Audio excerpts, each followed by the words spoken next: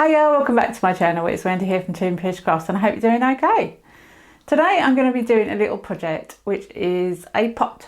Now I found this mould on Amazon and it's basically a little paw with a pot combined. Now I've done paws before and made them into key rings, little dog and cat paws, and I've done pots before but I've never done the two combined, and I think this one actually fits well together. So I'll put the link in the description. Yeah, let's see how I get on with it. Okay, so we've got the mould and we're using Dreamy Aquamarine by Resonate and Let's Resin Mica Powder Bronze Purple. They're both really pretty colours. And I'm going to give the mould a quick spray with mould release because it's a new mould and it will make it a little bit more shiny actually. So what I decided to do was do two paw pads, two different colours. So we've got two different colours in the entire piece. And I do love these colours. I've used them recently and they are adorable. I had to use them again. So I've decided to put two layers in this top. And once the colours are cured, then I'll pour another layer on top.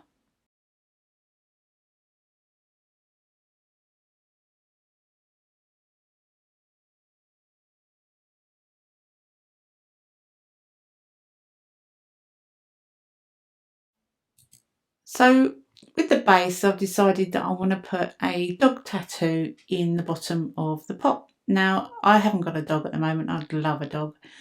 But if I did, I would have put a picture of my dog in there, I think. that's what I would have loved to have done. But I don't have a dog, so it's going to have to be a wolf tattoo. And this is a particularly sweet little wolf tattoo. So I've cut it to roughly the right size and it's still a little long at the bottom, so I'm just going to trim it out with a pair of scissors. And then we'll take the back off and we'll dab it, put it upside down on the mould and dab it with water. They do come away from the backing really quickly actually. I mean, it literally only takes seconds. I wouldn't even say it was a minute. And they make such a sweet addition to any piece that you do. They're so cute. I love them. I love tattoos in resin. So once the backing paper is off, I'm just going to let it dry out completely. We don't want water in the resin at all, even if it's only a slight bit. So once it's completely dry, I'm ready to put the colours in to the base. And I'm also putting the clear resin on top of the coloured paw parts, if you see what I mean. Now there is a lip on the top of the lid and I want to make sure that there's absolutely no bubbles under that lip. Even though I'm going to be putting this into the pressure pot to cure with 0 bubbles, it still won't get rid of any air that is trapped under that lip. So you've got to get rid of it. And if you don't have a pressure pot, it's doubly important to get rid of that air. So now on to the colours in the base, and I've got the same colours as I'm using for the pads in the lid. And all I'm going to be doing is pouring one on one side and one on the other. Now I'm not actually going to fill this completely because I don't want it to go over the picture at the top. I'm going to be putting clear on the top and letting the resin do its thing up the sides. So just going up to about 3/4 full in the base and then clear on top. I'm using Vista Cascade for this. It's a medium depth resin and it's more than adequate to do this type of job. It's going to cure it in about 24 hours and that is just perfect for me.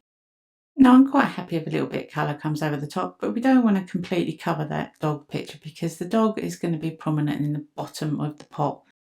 A wolf, should I say. Again, I'm just using the micro brush to get rid of any trapped air underneath the lip because they will show and it won't disappear in the pressure pot. And if you don't use a pressure pot, it is doubly important to get rid of that air that's trapped underneath that lip because it's going to make a difference. So 24 hours later, and I've taken them out of the pressure pot and I've got a problem. The temperature here during the middle of summer has plummeted overnight and it's gone down below 15%. Now I do have this problem with some resins and this particular resin is a little bit on the brushy side and that's what's happened. So I'm going to have to sort that out because I don't want it to ruin my piece. Other than the blush, they come out really lovely. Now the only way to salt the blush, I'm afraid, is to sand. You've got to sand it back down to take it below the blush level. So grab yourself a bit of wet, dry sandpaper, use a little bit of water on the sandpaper and go round and round in circles until the blush mark has completely disappeared. That's basically what I'm showing you here, but it does take a little bit longer than I'm showing you, obviously. It's a shame about that, but you know, you can be salted down. It's not the end of the world. So to save myself a little bit of time, I decided to use the UV resin with some white translucent colour in it. UV resin is a pain in the butt, but it can be really handy if you're in a hurry. So what I decided to do was to mix some white translucent with it and put it right over the top of where I've sanded on the base. And that would also bring out the picture inside a little bit nicer as well, a little bit clearer. So I used about 4 or 5 drops of the white translucent colour in this, and it was a little opaque, but it was still translucent, which is what I was going for. Didn't want completely opaque white, because trying to cure UV resin under the lamp when the colour is opaque is not so easy. Translucent colours work so much better in UV resin. And for some reason I've got a lot of hairs in this. I don't know where they've come from. May have been the pot that I used. So like ordinary resin, you can pop the bubbles on UV resin with a lighter, and you can also leave it a little while before you put it under the UV lamp to encourage the bubbles to come out. Now on the top I've decided to use some purple foil. So I've got myself some gilding glue here, and I'm going to put it all over the top where I want the foil to be. And I'm going to leave it to dry for 45 minutes.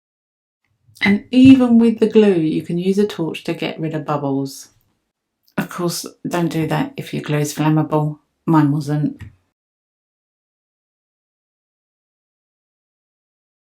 Now this purple foil is so sweet, and they do it in so many colours. It's not just silver, gold, copper and brass. That's the other one.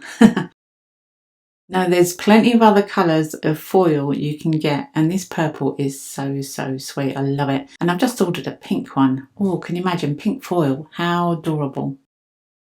So I'm just going to lay the foil right over the top. It doesn't matter if there's crinkles in it, because once you push it all down, you brush away that you don't need, and it's all perfectly flat. It's really easy to do. And all the little pieces that come off from the project will be saved for another day. I did go on to UV resin over the top of the foil just to seal it in, and I also put a thin layer of UV resin in the bottom of the pot to cover the tattoo, just to seal everything in. Well, some things are sent to try us, aren't they? And that definitely tried me. The temperature here must have plummeted below 15 degrees during the night for me to get blush on my resin. It is the middle of summer, believe it or not, and you wouldn't think so with those temperatures, but some resins blush easier than others, and that is a particularly blushy resin. But there's always a way around it, you know, you can always fix the issues, most of the time anyway. I've put a clear coat of resin, UV resin, over the back of that gold foil. It's not gold foil, it's purple foil. Over the back of the purple foil, and I think it gives it a great finish, and I absolutely love it. And I love the fact that it sits really nicely in the pot. It's a little bit loose, but I love it. The clear resin I've put over the tattoo at the bottom to seal that in, again UV resin, and I think this has turned out absolutely beautiful. I put some feet on the bottom, you can see that, and you could put your own dog's picture in there. Now I don't have a dog unfortunately at the moment. I'd love one, but I don't have one.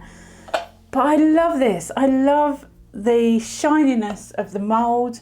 I love the fact it's a pot, even though it's a pour, and even though I had issues with the blush, there's always, like I said, there's always ways to fix it. Anyway, thanks very much for joining me. Come back and see me again next week. You never know what I'm going to be up to. Have a good week. Bye for now.